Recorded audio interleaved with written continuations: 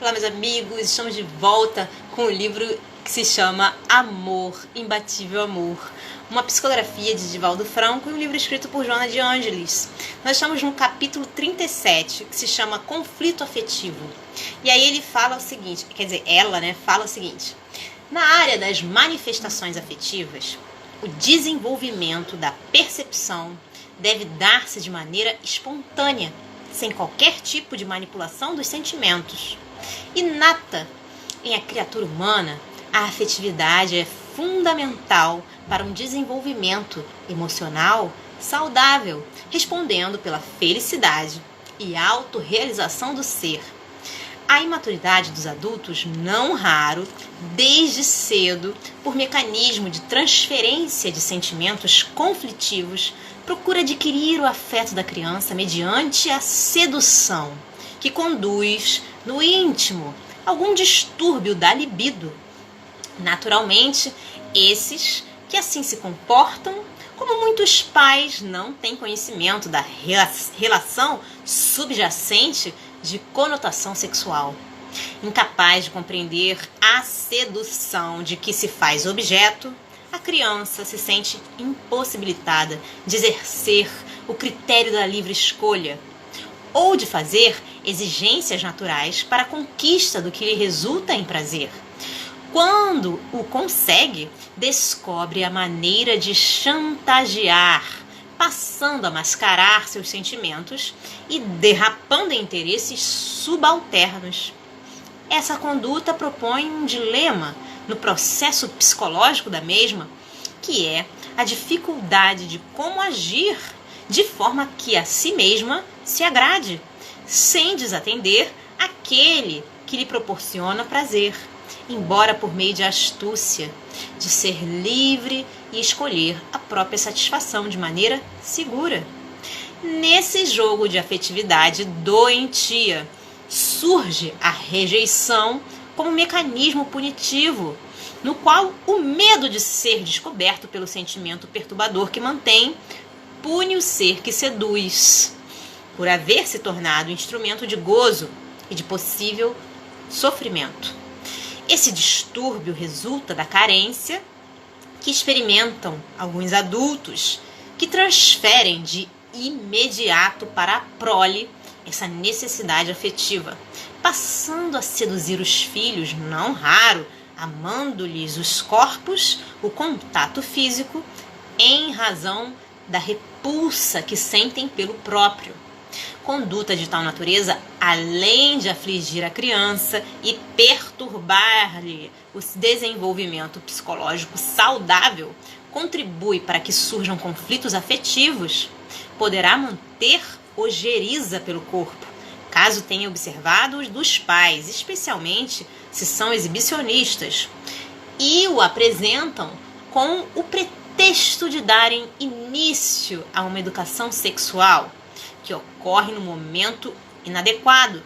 A criança pode ser tomada de pavor em verificar como ficará na idade adulta, passando a realizar um conflito castrador, notando a ausência de beleza no corpo adulto, porque ainda é incapaz de entender a estética e a harmonia. A exibição física dos pais ou de outro adulto qualquer poderá provocar um sentimento de anulação do próprio corpo, passando a abandoná-lo, mesmo que inconscientemente. O esquizoide, por exemplo, nega o corpo e assume quase sempre uma postura infantil e de incapacidade. Somente o amor real, destituído de interesses perturbadores, consegue irradiar a luz da harmonia entre as criaturas.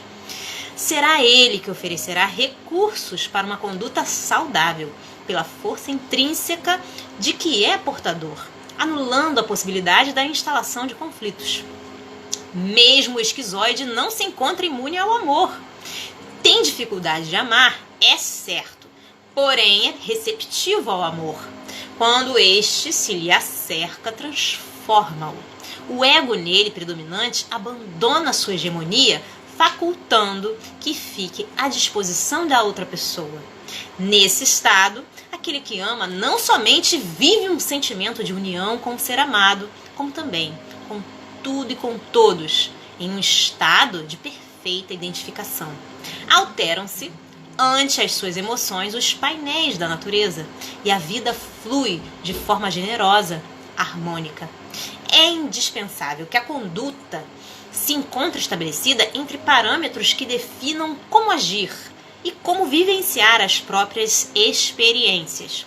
O conhecimento oferece recursos hábeis para o cometimento. No entanto, a espontaneidade não deve ser banida dessa conquista, em razão dos benefícios que proporciona. Uma atitude natural é muito mais valiosa do que aquela que se fez estruturar artificialmente, oferecendo uma postura robotizada. Por isso, o treinamento não pode eliminar a possibilidade das reações normais, o que tornaria os gestos totalmente destituídos de encantamento e naturalidade. Certamente se deve pensar antes de agir, particularmente quando se é defrontado por circunstâncias e ocorrências importantes. Todavia, o gesto afetivo espontâneo consegue muito mais do que as artimanhas e elaborações do intelecto. Ademais, o sentimento puro irradia-se e conquista, enquanto a atitude estudada oferece gentileza, mas não espontaneidade. O conhecimento exerce um grande valor na conduta afetiva. No entanto, o estabelecimento de regras presentes em manuais de como conquistar pessoas e como mantê-las vinculadas constitui um perigo para a própria expressão do amor, que se torna artificial, desinteressante, em razão de considerar-se o outro como objeto de uso, de exploração, que após preencher a finalidade pode a qualquer momento ser deixado à margem. Destacam-se dois elementos na área da afetividade que não podem ser desconsiderados: o conhecimento e o sentimento. O conhecimento amplia os horizontes, mas o sentimento vivencia-os. O conhecimento liberta, porém o sentimento dá calor e vida. Não seria fácil estabelecer uma escala de valores para demonstrar qual dos dois é mais importante na estruturação da vida afetiva. Deve-se, no entanto, ter em conta que o amor, trabalhado mediante fórmulas, é destituído de luz e de calor, com duração efêmera, podendo saturar com rapidez. Por outro lado, o sentimento sem controle escraviza, perturbando a função afetiva com exigências descabidas, principalmente se o ego comanda a conduta. Ideal, portanto, que o ato afetivo seja espontâneo, sem fórmulas, com respeito e doação, com calor e sem ardência, o que se consegue mediante a educação do sentimento. Costuma-se afirmar que o coração não pode ser educado, o que é verdade. No entanto, podem ser orientadas as explosões do ego como necessidade afetiva.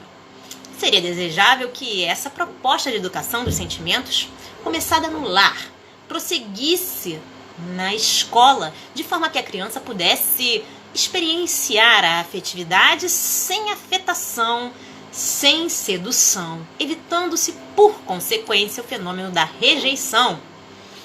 Nesse programa educativo seria viável que se retomasse a espontaneidade ao lado do currículo estabelecido sem rigidez, para que se logre, na competitividade do grupo social, a produção e a conquista de recursos financeiros compensadores para o ego e realizadores para o self.